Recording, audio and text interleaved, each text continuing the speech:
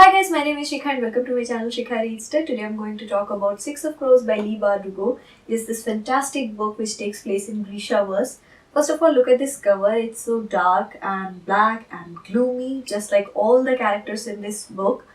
I have two things to say before I start talking about this book. First is that I'm shooting this video in daytime, so there is going to be a lot of noise. I live in one of the most noisiest areas. There are so many kids in my locality, so if you hear any kind of noise or voices, please consider that as my background music because I do that.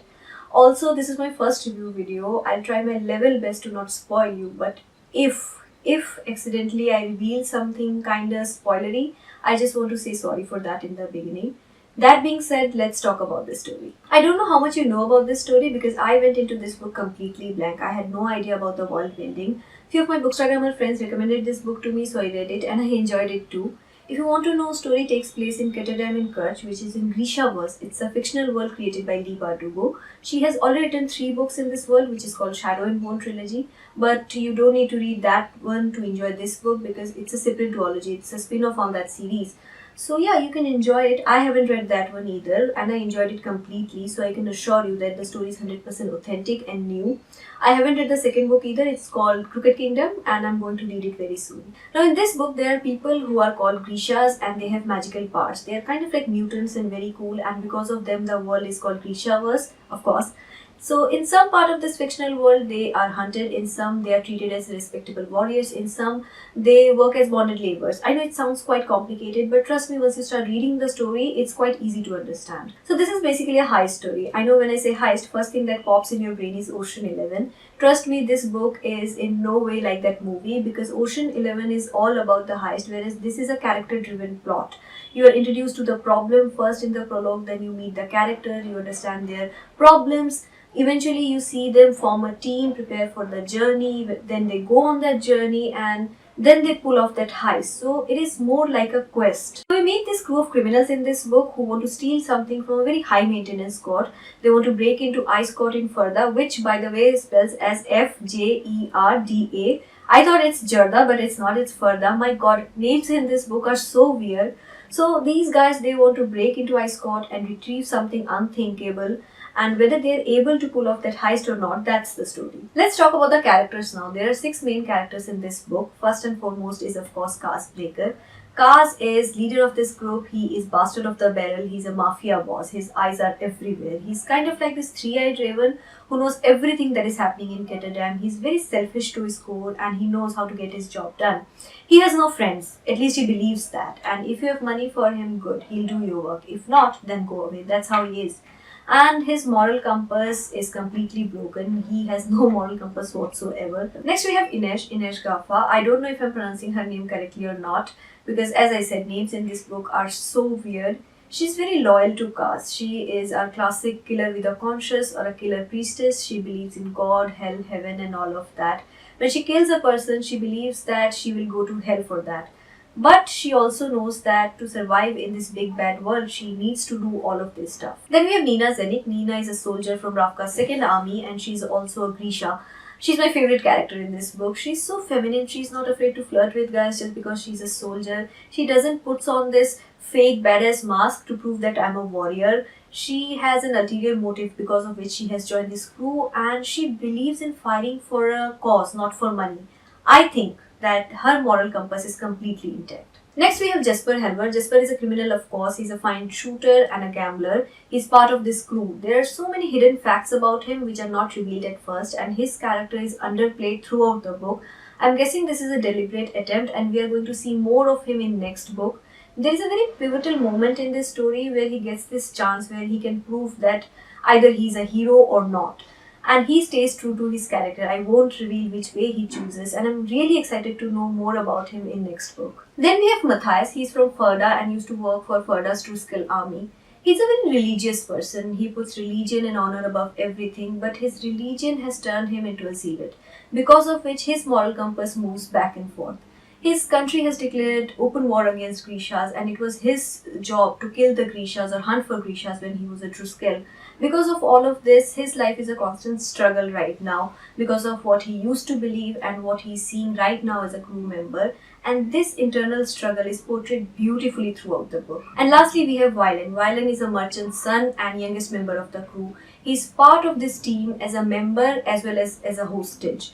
All of the crew members treat him differently because his upbringing is different from them. He is kind of a soft target for them. They always tease him. They tell him, okay, little boy, go play with other kids. This is not a place for you. And at first, it feels like he had a very privileged upbringing as compared to the others. But then you are introduced to his backstory at the end of this book. And it is just heart-wrenching. Your heart goes out to Violin when you know about his past. He's the only character in this book who grows so much throughout the book, even with so many negative characters in his life. Now, this book should be looked upon as a holy book for diversity. Characters are so ethnic, their descriptions are so well written. Kaz with his pale skin and dark hair. Somewhere in the book, it is mentioned that Kaz is somewhere near from Rotterdam, which is designed after Amsterdam. So I'm guessing that he is European. With Matthias, he has blue eyes, blonde hair. His country has this whole agenda of ethnic cleansing. So you know where I'm going with this, right? Nazi party and all.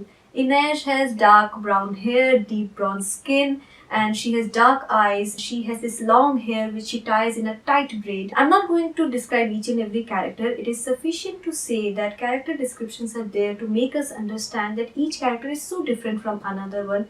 It is not overdone, it is not underdone, it is just right.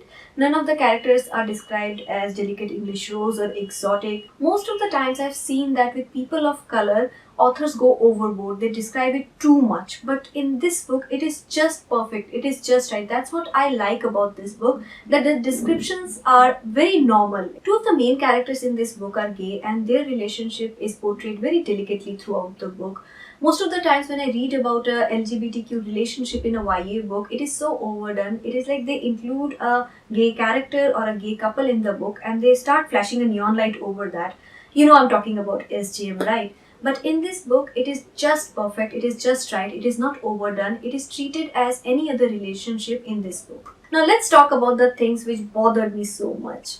There are only 2 points actually, but these 2 points are so prominent that it was hard for me to believe in this world because of these points. First and foremost is of course the age factor. All of these characters are teenagers. Now you have been listening to me for past 10 to 15 minutes now. I don't know, 7 to 8 minutes or 10 to 15, I don't know. Please tell me, do you think that these characters can be teenagers? I mean, the way they talk, they behave, they portray their emotions, the way they handle different situations. I don't think so. It is not possible. Author should have grouped them between 25 to 30, if not 30 to 35. I know that this is a YA genre book, so author must have felt compelled to age them between 17 to 20. Oldest member of the crew, Matthias, he is just 18. Can you believe that? And Kaz, come on, he's a mafia gangster. He's a mafia boss. He's so conniving and manipulative, and if you tell me that he's just 17 years old, I can't believe that. I cannot believe that. So it was so tough for me to believe in this world when characters are so young. Ugh. Another thing which I've mentioned like 100 times now is moral compass. All of these characters are morally bankrupt. You don't want them as your friends. I'm not expecting much out of them because I know it's a very dark book. Characters are very dark, but criminal activities are glorified throughout the book. At the end of the day, Kaz is a ruthless gangster. He boasts about killing people, swindling people, and all other characters, they just look other way. I'm just talking about Kaz, but take example of Matthias. He belongs to a Nazi party. At some point in this book, he actually says that maybe you're not supposed to exist in this world because you're a Grisha, and who are we to judge who should exist in this world and who shouldn't? Most of the times, those people who believe in greater good, they turn out to be next Hitler. Only person in the story who has little bit light in him is Violin, and because of that, all the other characters treat him as a kid. I mean, don't get me wrong, I can accept a dark book, I can accept darkness in a character, but I cannot accept glorification of darkness. If you're going to kill a character 5 minutes after telling him that I'm going to spare your life, I'm not going to say, okay, poor guy, he had a very terrible past, let's just forgive him. And that's how all the other characters treat each other. So that's what I have to say about this book. I gave it 3.5 out of 5. World building great, characters great, relationships great, diversity great, age factor no, glorification of criminal activities no, can't accept. But the story is very original to its core. None of the characters are pretentious, they stick to their nature, they suddenly don't turn into a beacon of light, which I enjoyed. Should you read this book? Why not? Of course.